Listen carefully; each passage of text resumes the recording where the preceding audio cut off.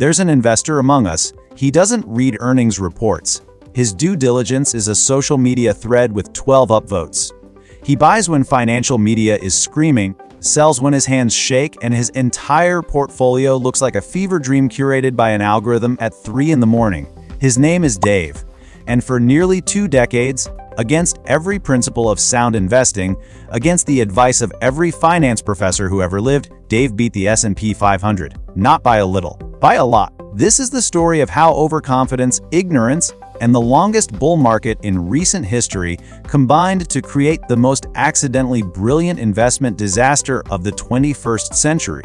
Meet Dave.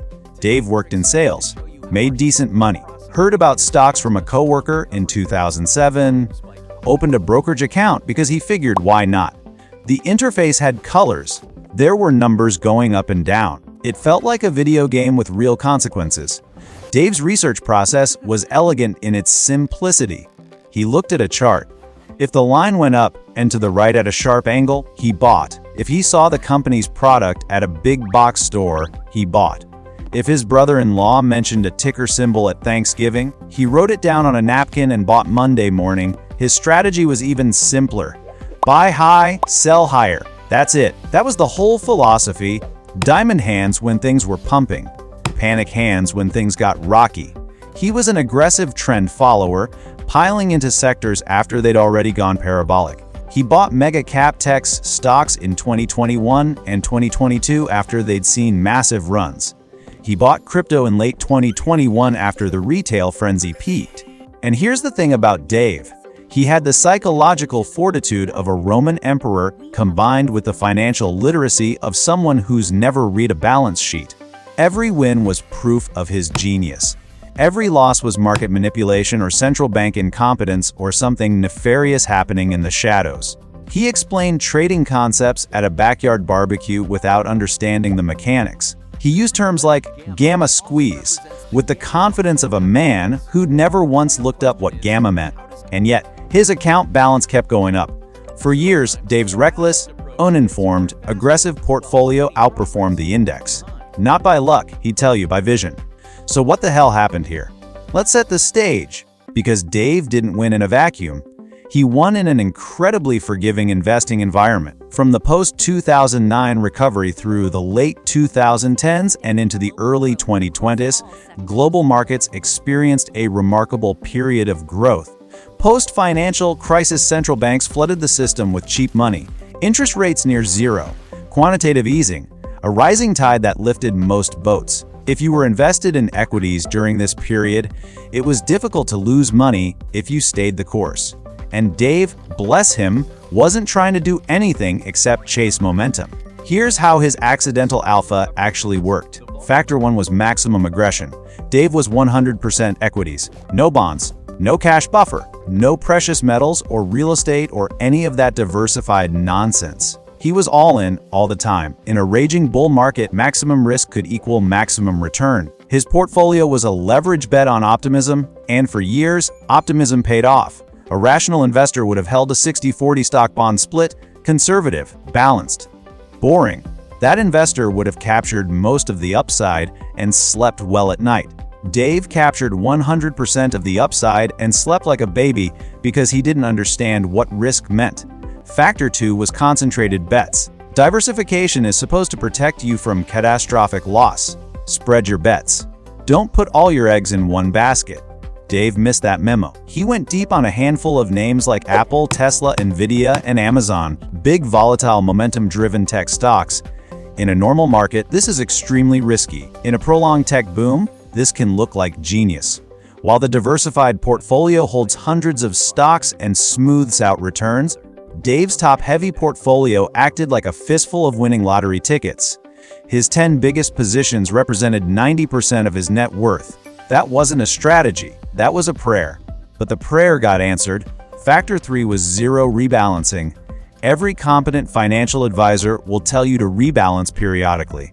Sell some of your winners, buy your losers, keep your allocation stable. It's discipline, it's prudent. Dave had never rebalanced once. When a stock ran up massively, a rational investor would trim the position and lock in gains. Dave let it ride. When another stock soared, he didn't touch it. His winners compounded into monsters. His losers stayed small because he had panic sold them years ago. Conventional wisdom says let your winners run. But it also says manage risk. Dave ignored the second part entirely and accidentally nailed the first. And here's the secret ingredient, factor 4, the Dunning-Kruger engine. Dave's ignorance was a superpower in a one-way market. A savvy investor reads headlines and sees recession risk. They see yield curve inversions and tighten up. They see high valuations and get cautious. They suffer from analysis paralysis, perpetually waiting for the perfect entry point that never comes. Dave didn't read headlines. He didn't know what a yield curve was. He saw a dip and thought, discount. He stayed fully invested because he didn't know enough to be afraid. Overconfidence kept him in the game when smarter people were sitting on the sidelines. Ignorance shielded him from the emotional whipsaw of financial media. He bought during corrections, not because he was brave, but because he didn't understand corrections were scary. In a market that only goes up, the biggest enemy is your own fear. And Dave was fearless because fear requires information. By the market peak in late 2021, Dave's portfolio was up a staggering percentage since inception. The S&P was up significantly less. He was crushing it.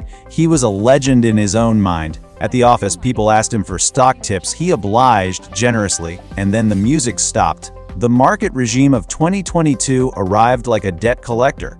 Interest rates started rising aggressively to combat high inflation. The Federal Reserve pivoted from stimulus to rapid tightening.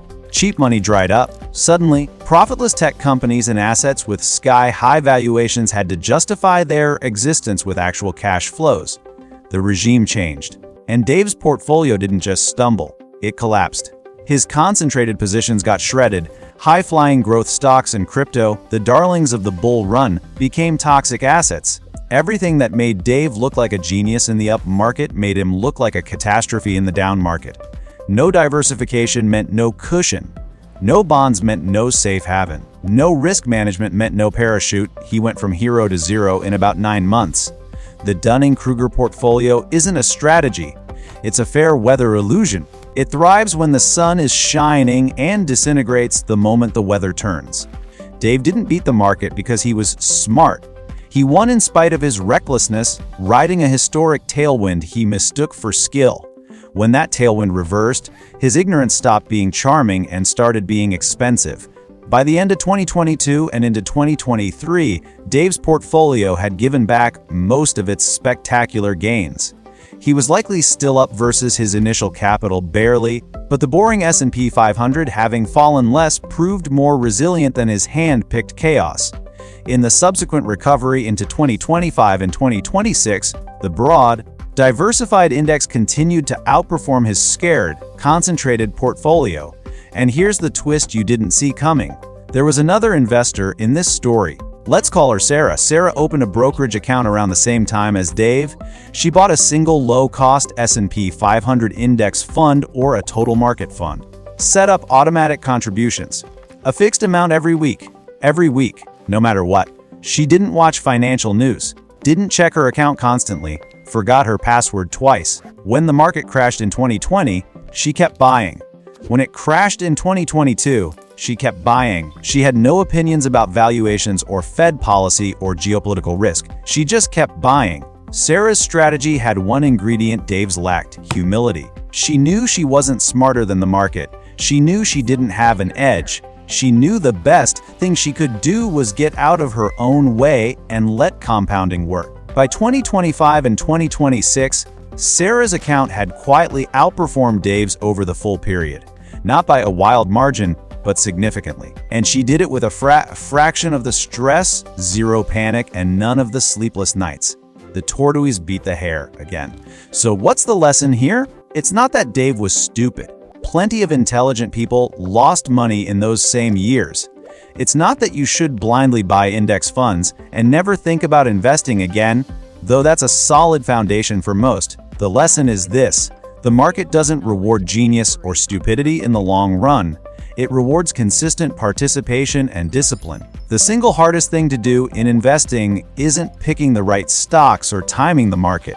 It's doing nothing, sitting still, resisting the urge to be clever, Dave's accidental success came from being too ignorant to sell during the boom, but his eventual failure came from being too reckless to survive the inevitable downturn. He had half the equation. He stayed invested, but he did it without discipline, without humility, without a plan for when things went wrong. And things always go wrong eventually. The Dunning-Kruger Portfolio works until it doesn't. It's a lottery ticket disguised as a strategy. You might win for a while. You probably won't keep winning. And even if you do, you won't know why, which means you can't repeat it. The boring investor, the one who auto-buys and never looks, has something far more valuable than sporadic high returns. They have a process. A system that works in up markets, down markets, and sideways markets. A strategy that doesn't depend on luck or timing or some unprecedented, never-ending boom. Consistency beats brilliance. Patience beats prediction. And humility, the quiet knowledge that you don't have all the answers, beats overconfidence every single time. Here's the uncomfortable truth. Most of us have a little Dave in us. We see patterns that aren't there. We attribute skill to outcomes driven by luck. We confuse a bull market for genius and a bear market for injustice. The difference between Dave and Sarah isn't intelligence. It's self-awareness. Dave thought he was playing the market. Sarah knew the market was playing her, so she chose not to play the timing game at all. She built a system and trusted it. Dave built a story and believed it. One of those approaches survives, regime changes. The other doesn't. So what do you do with this information? If you're sitting on a portfolio that looks like Dave's, here's the hard question. Did you beat the market, or did the market carry you? Are your returns the result of skill or circumstance? And more importantly, do you have a plan for when the circumstances change? Because they will change. They always do. If you don't have a plan, you're not investing, you're gambling. And gambling only works until the odds revert to the mean.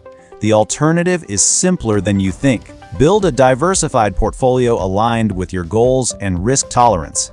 Automate your contributions. Rebalance periodically. Don't try to be clever. Don't chase last year's performance. Don't assume the past decade is a reliable preview of the next decade. The market rewards the disciplined and punishes the delusional. The only question is which one you're willing to be. Dave's still out there, by the way, older now, a little quieter. He doesn't talk about his portfolio at barbecues anymore.